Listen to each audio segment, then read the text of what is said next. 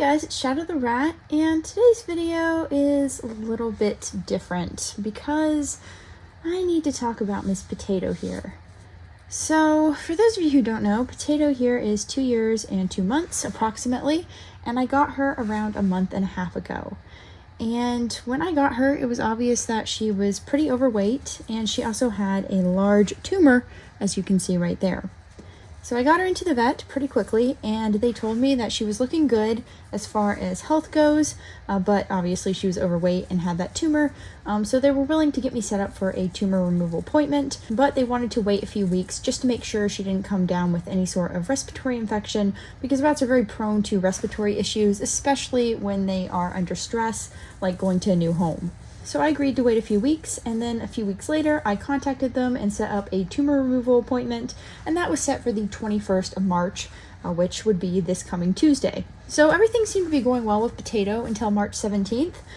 She seemed to be completely healthy. She was losing weight, she was getting more active and mobile, and it was pretty clear that the tumor was holding her back a little bit, but reducing her weight has really helped activity-wise. She's climbing around the cage, she's using like ropes and ledges. She's just a lot happier now, and I'm definitely glad to see her progress. That being said, unfortunately, on March 17th, I noticed that she had a lot of porphyrin around one eye, and it was actually completely shut because the porphyrin was like gluing it closed. And porphyrin, by the way, is the red mucus-like substance that rats produce from a gland behind the eye.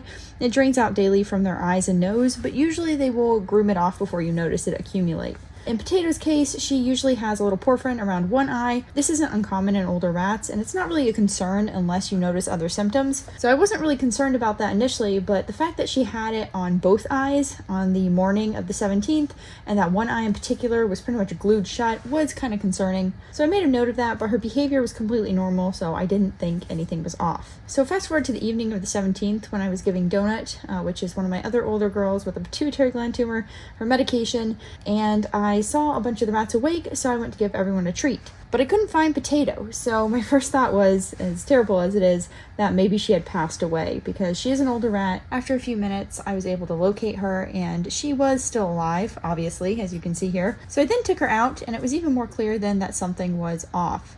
Potato was clearly very uncomfortable. She was side-sucking. She had a bunch of fluid running down her face. She wasn't really drooling, but this fluid was just kind of like draining out.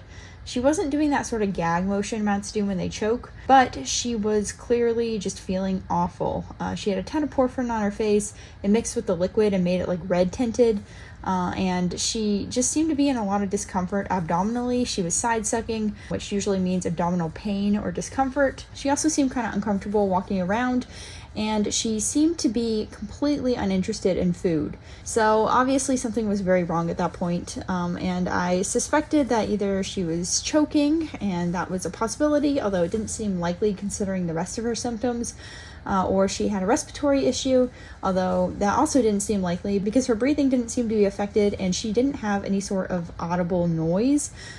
She just sounded completely fine breathing-wise, so those two didn't seem too likely. Another possibility could be congestive heart failure, which is unfortunately pretty common in older rats, especially obese older rats.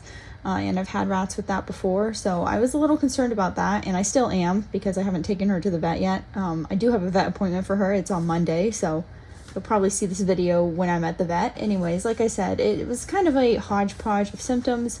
Maybe it was like a blockage or something like that. It's just so hard for me to tell because her symptoms were all over the place.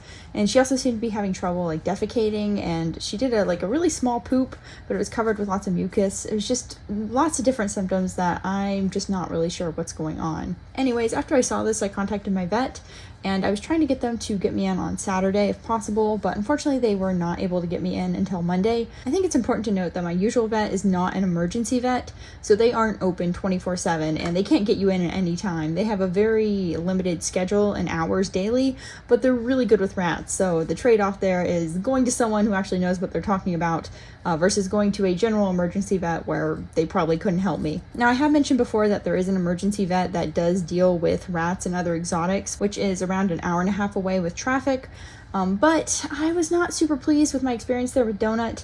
and given the whole situation with Potato, I just didn't feel like it would be super helpful.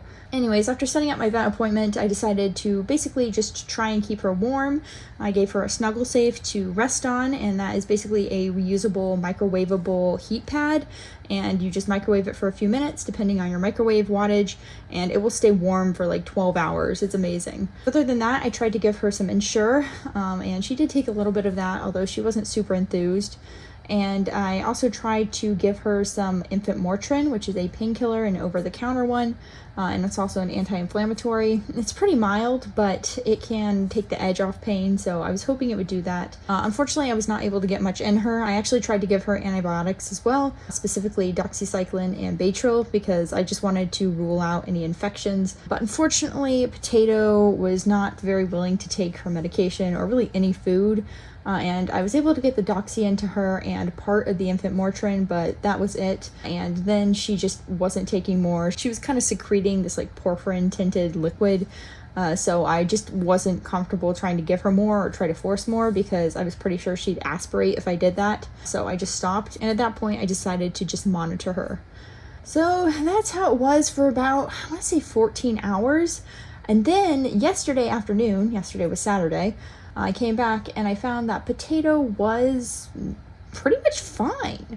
Honestly, it was very strange. She seemed to be just pretty normal. She was taking food, both liquid and solid again, and eating it no problem.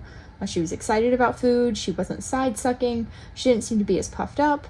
She was just kind of getting around. She just seemed pretty normal. And it's a very strange turnaround. I've never seen a rat turn around that quickly, because honestly, I didn't think she'd make it till Monday.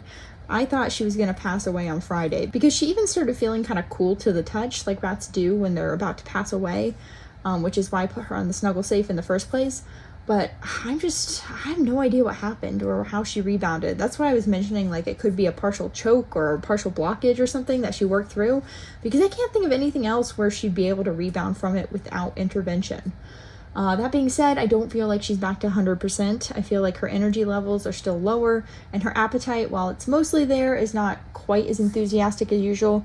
So I feel like she still needs the checkup, and I am still going to be bringing her in tomorrow on Monday. Now, about the tumor removal surgery, I'm not sure if we're going to go through with it now or what we're going to do.